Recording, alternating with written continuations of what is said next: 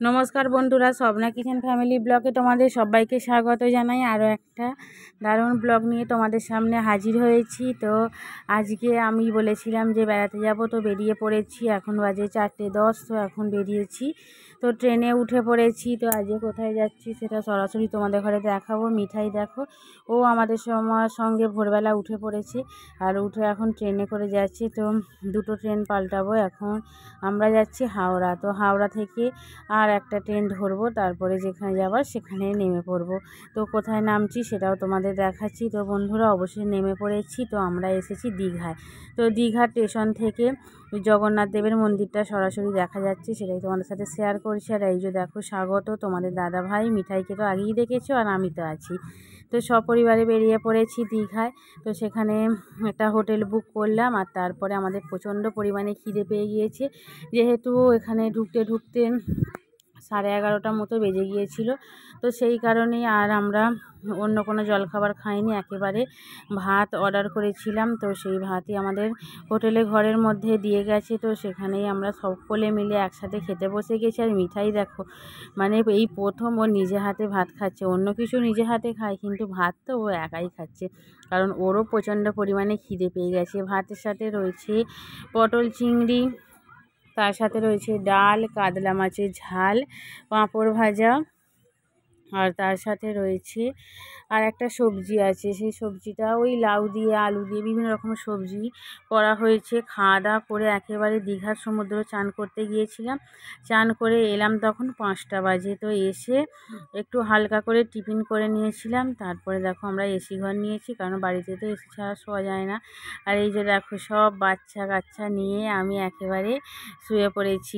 স্বাগত বাবার বাপির সাথে অন্য ঘরে শুয়েছে। আমাদের না যে যার ঘর কোনো আলাদাভাবে ঠিক করা হয়নি।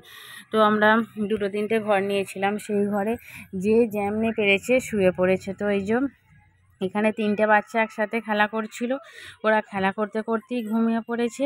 তো ওই জন্যে কেউ আর তুলে নিয়ে যায়নি। তো আমি একেবারে 3টে বাচ্চাকে নিয়ে শুয়ে পড়েছি।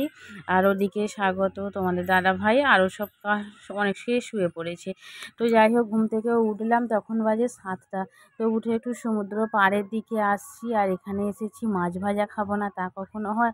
তো মিঠাই বায়না করছে চিংড়ি মাছ খাবো। তো সেই কারণেই আজকে চিংড়ি মাছই নেওয়া হচ্ছে। আর স্বাগত বলছে ওই যে ভেটকি মাছটা আছে ওইটা খাবে। তো দুজনের জন্য দুটো মাছ নেওয়া হচ্ছিল। চিংড়ি মাছগুলো বেশ অনেকগুলোই নেওয়া হয়েছিল, প্লেট হিসেবে ধরা হয় যে কতগুলো ওরা গুনে করে। তো এই যে দীঘার দেখো চারিপাশটা কত সুন্দর লাগছে। এটা হচ্ছে রাত্রিরের দীঘা। তো দিনের বেলা একরকম থাকে, রোদ্দুর ঝলমলে, আর রাত্রিরে আলো ঝলমলে। চারিদিকে মেলা বসেছে। মাছগুলো অর্ডার দিয়ে আমি একটু চারিদিকটা ঘুরে দেখছিলাম। তো ভাজা হয়ে গেছে দেখো চিংড়ি মাছ। সমুদ্রের পাড়ে বসে, তো আমার মতো অনেকেই পছন্দ করে যে সমুদ্রের ঢেউ দেখতে দেখতে হাওয়ার মধ্যে আর বসে বসে এখন চিংড়ি মাছ খাওয়া। তো এখানে ঝড় বৃষ্টি কোনো কিছুই হয়নি। এখানে একেবারে রোদ্দুর ঝলমল করছিল সারা দিনটা। আর এখন রাত্রির বলতে খুব একটা রাত্রির নয়, এখন সন্ধেবেলা। এখানে ঝড় বৃষ্টির কোনো সম্ভাবনাই নেই, দেখতেই পাচ্ছি। আর গরমও আছে প্রচণ্ড পরিমাণে, এসি ঘরও। তো আমরা ঘরেও যেহেতু এসি চাইলেই শুয়ে থাকি, তো সেই কারণে এসি ঘরেই আমাদের নেওয়া হয়েছে, না হলে তো রাত্রিরে ঘুমোনোই যাবে না। আর মিঠাই, স্বাগত সকলেই এখন মাছ খেয়ে নিয়েছে, আমিও খেয়ে নিলাম। এইমাত্র খাওয়া দাওয়া করে খানিকটা বসে রইলাম। তো খাবার তো আমাদের ঘরের মধ্যে, মানে হোটেলের মধ্যেই খাবার চলে আসবে, কারণ আমরা খাবারের অর্ডার দিয়ে তারপরেই এখানে এসেছি। আর পিছনে দেখো ঢেউ আস্তে আস্তে বাড়ছে, কারণ যত রাত বাড়ছে না ঢেউটাও তত বাড়ছে। তো একটু সমুদ্র পাড় থেকে উঠে একটু চারিদিকটা ঘুরে ঘারে দেখলাম। যদিও আমরা প্রতি বছরই আসি, তো বছর বছর কিন্তু জিনিসগুলো পাল্টে যায়, এক কিন্তু থাকে না। অনেকে বলে একই থাকে, কিন্তু না। আমরা যেহেতু প্রতি বছর আসি, তো বছর বছর কী কী পাল্টায়, নতুন জিনিস হয় সেটাও দেখা যায়।